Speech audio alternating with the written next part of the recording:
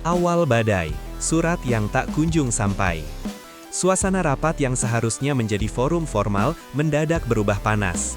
Dalam video berdurasi 1 menit 24 detik yang kini viral di berbagai platform, terdengar suara keras orang staf Kementerian Pemuda dan Olahraga, Kemenpora, membentak. "Saya itu menteri, tanggal 22 saya kirim surat, tanggal 28 baru sampai." Suara gebrakan meja menambah tegang suasana. Potongan video itu menjadi awal dari terbukanya kisruh besar soal izin internasional Megawati Hangestri Pertiwi, bintang voli Indonesia yang gagal tampil di Liga Turki. Masalah yang awalnya dianggap sekadar miskomunikasi administratif, kini berubah menjadi polemik nasional yang mengguncang PBVSI. Bukan hanya karena nama besar Megawati yang tengah di puncak karir, tapi karena publik merasa sistem olahraga Indonesia sudah benar-benar rusak jika surat resmi negara saja bisa tersesat begitu lama. ITC yang hilang arah, akar dari segala kekacauan. Sebagai reporter yang mengikuti dunia olahraga, saya tahu satu hal. ITC atau International Transfer Certificate adalah nyawa bagi atlet profesional yang hendak berlaga di luar negeri. Tanpa dokumen itu, seorang pemain sama saja seperti memiliki tiket tapi tak punya paspor. Dan disinilah masalahnya. Klub Turki Manisa BBSK sudah menunggu, kontrak sudah siap, namun PBVSI belum juga mengeluarkan ITC Megawati. Padahal, proses seharusnya sederhana, hanya butuh komunikasi antara federasi asal dan FIVB, Federasi Voli Dunia. Tapi entah kenapa, surat itu mandek di meja pejabat. Beberapa sumber internal bahkan menyebut dokumen tersebut tersangkut karena ada perdebatan internal soal prosedur dan wewenang penandatanganan.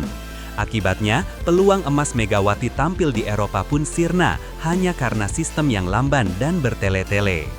Bocoran rapat, kekika kesabaran pecah di meja diskusi. Puncak emosi terjadi saat rapat internal PBVSI yang bocor ke publik. Dalam video itu, terdengar suara benturan keras, gebrakan meja, yang membuat semua peserta terdiam. "Mana suratnya? Kirim ke saya sekarang!" teriak seorang pejabat. Dari nada suaranya, jelas ada kemarahan yang tak lagi bisa ditahan. Rekaman ini memperlihatkan bahwa masalah ITC bukan sekadar kelalaian kecil, melainkan hasil dari tumpang tindih kewenangan antara federasi dan kementerian. Sebagai wartawan yang kerap meliput dinamika lembaga olahraga, saya tahu kata koordinasi seringkali hanya jadi jargon di atas kertas. Ketika ego lembaga lebih besar dari kepentingan atlet, maka yang dikorbankan adalah masa depan sang pemain sendiri. Video bocor itu pun menjadi bukti nyata betapa kacaunya tata kelola olahraga kita.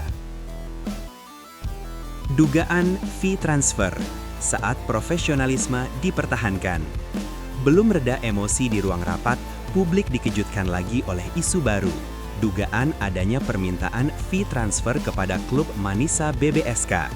Berdasarkan keterangan beberapa sumber, PBVSI disebut meminta biaya tambahan agar proses ITC bisa dipercepat. Padahal menurut regulasi FIB, tidak ada ketentuan semacam itu. Pemain yang pindah antar negara cukup mengantongi ITC resmi tanpa biaya tambahan kepada federasi asal. Klub Turki itu pun kabarnya menolak mentah-mentah, menganggap permintaan itu tidak profesional dan berpotensi melanggar aturan internasional. "Kami ingin semuanya sesuai prosedur," ujar perwakilan Manisa dalam wawancara dengan media lokal. Namun, penolakan itu justru menjadi awal pembekuan dokumen Megawati. Dari sinilah muncul dugaan kuat bahwa ITC sengaja ditahan, dan skandal pun tak terelakkan. Megawati di persimpangan antara mimpi dan birokrasi. Megawati Hangestri, atau yang akrab dijuluki Megatron, awalnya hanya ingin satu hal, terus berkembang dan mengharumkan nama Indonesia di panggung Eropa. Setelah sukses besar bersama Red Sparks di Korea Selatan, tawaran bermain di Turki adalah langkah logis berikutnya. Namun impian itu berubah jadi mimpi buruk. Klub sudah siap, penggemar sudah menunggu, tapi Indonesia justru gagal memberi izin. Ketika kontrak akhirnya dibatalkan, Megawati memilih berlapang dada dengan pernyataan diplomatis, ingin fokus bersama timnas jelang SEA Games 2025. Tapi dari sudut pandang reporter, keputusan itu lebih terasa seperti bentuk kelelahan mental akibat tarik ulur tanpa ujung. Ia bukan mundur karena takut, tapi karena terlalu letih menghadapi birokrasi yang lebih rumit dari lawan di lapangan. PBVSI dan Kemenpora, dua lembaga, satu kekacauan. Masalah semakin membesar ketika publik sadar bahwa akar persoalan bukan hanya di PBVSI, tapi juga di Kemenpora. Dalam beberapa tahun terakhir, kementerian itu memang tidak stabil. Pergantian pejabat terlalu sering, kebijakan berubah mendadak, dan koordinasi antar bagian tersendat. Saat kasus Megawati mencuat, posisi Menpora pun tengah kosong karena Dito Aryo Tejo baru saja diberhentikan. Akibatnya, tidak ada otoritas kuat yang bisa turun tangan cepat. Ketika Erick Thohir akhirnya menjabat, tumpukan masalah administratif sudah seperti bom waktu. Saya melihat sendiri dari catatan internal, banyak surat tertunda, banyak instruksi yang saling tumpang tindih. Kasus Megawati meledak di tengah kekosongan arah itu, menjadi simbol bahwa koordinasi antar lembaga olahraga kita masih jauh dari ideal. Efek domino, karir atlet, reputasi negara. Kasus Megawati bukan sekadar tentang satu atlet, tapi tentang reputasi seluruh sistem. Dalam dunia olahraga profesional, kredibilitas federasi sangat menentukan minat klub asing untuk merekrut pemain. Ketika dokumen seperti ITC bisa tersangkut tanpa alasan jelas, klub-klub luar negeri akan berpikir dua kali. Kami khawatir ada hambatan administratif, kata salah satu agen Eropa yang saya wawancarai. Indonesia bisa kehilangan kepercayaan dan dampaknya panjang. Atlet muda mungkin tak lagi berani bermimpi bermain di luar negeri, takut karir mereka berhenti di meja birokrasi. Dunia internasional pun mulai mempertanyakan, apakah Indonesia benar-benar siap bersaing di level profesional atau masih terjebak dalam labirin surat menyurat yang tidak efisien. Ledakan publik, gelombang kritik di media sosial. Begitu video rapat bocor dan isu fee transfer merebak, media sosial Indonesia langsung terbakar. Tagar seperti #SaveMegatron, PBVSI bertanggung jawab, dan Justice for Mega trending di X, Twitter, dan TikTok. Ribuan netizen mengungkap kekecewaan mereka, merasa negara telah menelantarkan salah satu atlet terbaiknya. Surat saja tidak bisa diurus, bagaimana mau bicara prestasi, tulis seorang warganet dengan nada getir. Banyak penggemar juga mengunggah momen-momen terbaik Megawati di Korea, menggambarkan betapa besar potensi yang kini terbuang. Dari pantauan saya, bahkan beberapa mantan atlet nasional ikut bersuara, menyerukan reformasi sistem olahraga. Gelombang ini tak hanya mencerminkan simpati, tapi juga amarah kolektif terhadap lembaga-lembaga yang selama ini dianggap tidak bertanggung jawab.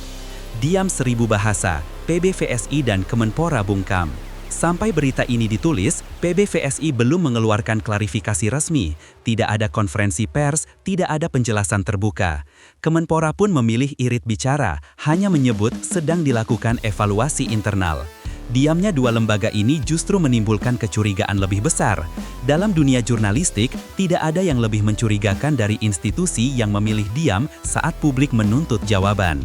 Di balik meja-meja rapat yang tampak denang, aroma ketegangan itu nyata. Beberapa sumber dalam PBVSI bahkan mengaku khawatir jika kasus ini membuka kotak Pandora lain, mulai dari kejanggalan keuangan hingga hubungan gelap antara pejabat dan agen pemain. Namun yang pasti, citra PBVSI kini tengah berada di titik terendah sepanjang sejarahnya. Simbol krisis, saat reformasi tak bisa ditunda. Sebagai reporter, saya melihat kasus Megawati bukan hanya kisah kegagalan izin, tapi cermin besar dari bobroknya tata kelola olahraga kita. Dari luar, mungkin tampak sepele, sekadar keterlambatan surat. Namun di balik itu ada rantai panjang birokrasi, ego lembaga, dan minimnya profesionalisme. Negara seharusnya menjadi pelindung bagi atlet, bukan penghambat. Kasus ini harus menjadi titik balik.